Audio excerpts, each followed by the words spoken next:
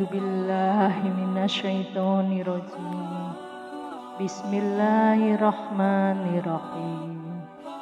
Assalamualaikum warahmatullahi wabarakatuh. Subhanallah walhamdulillah wa la ilaha illallah wallahu akbar. Wa la haula wa la quwata illa billahil aliyil azim. Allahumma sholli ala sayyidina Muhammad wa ala ali sayyidina Muhammad. Syukur alhamdulillah kita bisa berjumpa lagi di channel ini. Harapan dan doa kami semoga sahabat semua selalu diberikan kesehatan, dilapangkan rezekinya, diampuni dosa-dosanya, dan dipanjangkan umurnya. Amin ya robbal alamin. Sahabat beriman yang dirahmati Allah Subhanahu wa Ta'ala, pada saat hari perhitungan amal pada akhirat kelak, hal yang pertama kali bakal dihisab adalah ibadah sholat. Dalam suatu hadis Rasulullah SAW pernah bersabda, sesungguhnya pertama kali dihisab dan diminta pertanggungjawaban dari segenap amalan seorang hamba di hari kiamat kelak adalah sholatnya. Bila sholatnya baik, maka beruntunglah ia. Dan bila mana sholatnya rusak, sungguh suatu kerugian menimpanya. Hadis riwayat Tirmizi. Dengan begitu, sangat penting bagi kita untuk selalu merutinkan mengerjakan sholat. Namun, di zaman yang sudah modern seperti sekarang ini, banyak orang yang sudah mulai memandang sebelah mata, atau bahkan hanya karena suatu argumen yang sepele, seorang dapat dengan mudah meninggalkan sholat. Bahkan, kini banyak orang yang menganggap bahwa sholat itu hanya sebagai rutinitas ibadah semata. Ada juga seseorang yang melaksanakan sholat karena terpaksa, dan lain sebagainya. Hal-hal semacam inilah yang menjadi faktor seseorang yang rajin sholat namun masuk neraka. Karena dalam melaksanakan ibadah tersebut, mereka tidak secara ikhlas mengerjakannya.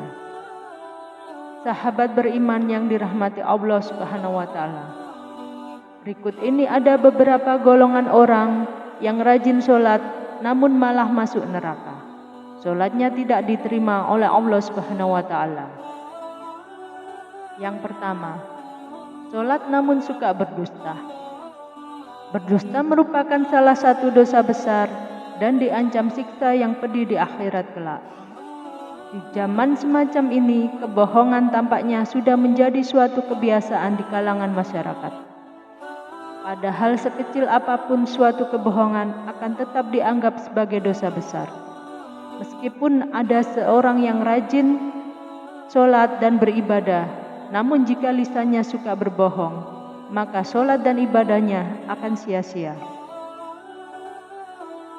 Karena semata kebohongannya itu akan menghapus amal-amalnya. Dan jika ia mati dalam keadaan tidak bertaubat kepada Allah Subhanahu wa Ta'ala, maka dia akan dimasukkan ke dalam neraka jahanam. Allah Subhanahu wa Ta'ala berfirman, sesungguhnya yang mengada-adakan kebohongan hanyalah orang-orang yang tidak beriman kepada ayat-ayat Allah, dan mereka itulah orang-orang pendusta. Quran Surat An-Nahl ayat 105. Berbohong menunjukkan salah satu ciri dari golongan orang-orang yang munafik. Untuk itulah mengapa kita sebagai umat muslim wajib menjauhi yang namanya dusta. Yang kedua, sholat namun minum minuman keras. Hal ini banyak kita jumpai di kalangan masyarakat, menganggap sholat hanya sebagai suatu rutinitas semata, sehingga dalam melaksanakan tidak dibarengi dengan hati yang ikhlas. Rasulullah SAW sendiri berkata bahwa setiap minuman keras itu merupakan induk dari segala macam kejahatan. Bahkan Rasulullah SAW juga melarang setiap muslim untuk mendekati khamar atau meminumnya. Untuk itu sebagai umat muslim wajib hukumnya untuk menghindari khamar dan menjauhinya. Rasulullah SAW bersabda, barang siapa minum khamar, tentu Allah memberi minum kepadanya dari air panas di neraka kelak. Hadis riwayat Al-Bazzar. Yang ketiga, sholat namun percaya dukun, benda pusaka, dan sejenisnya. Orang yang sholat namun masih percaya dengan dukun atau tukang ramal merupakan salah satu orang yang dapat dikatakan sholat namun ia masuk neraka. Seperti yang kita ketahui, dukun merupakan orang yang mengaku bahwa dia mengetahui perkara-perkara gaib dan tersembunyi. Dalam hadis riwayat Imam Muslim, orang yang percaya kepada dukun, maka sholatnya tidak akan diterima selama 40 hari. Selain itu, percaya dengan dukun termasuk dosa besar, karena hanya Allah Azza wa Jalla lah yang maha mengetahui segala sesuatu. Percaya kepada dukun disebut juga musyrik, karena dukun itu merupakan orang yang bersekutu dengan bangsa jin. Dan jika kita mempercayainya, maka kita akan terkena dosa syirik.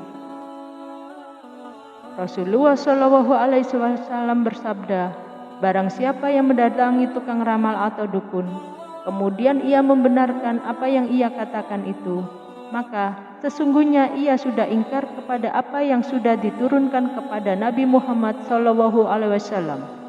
Hadis riwayat Abu Dawud, At-Tirmidzi, dan Ibnu Majah. Marilah semuanya kita bertaubat. Wallahu a'lam bishawab. Demikian yang bisa saya bagikan. Semoga bermanfaat untuk kita semua. Amin, amin, ya robbal alamin. Wassalamualaikum warahmatullahi wabarakatuh.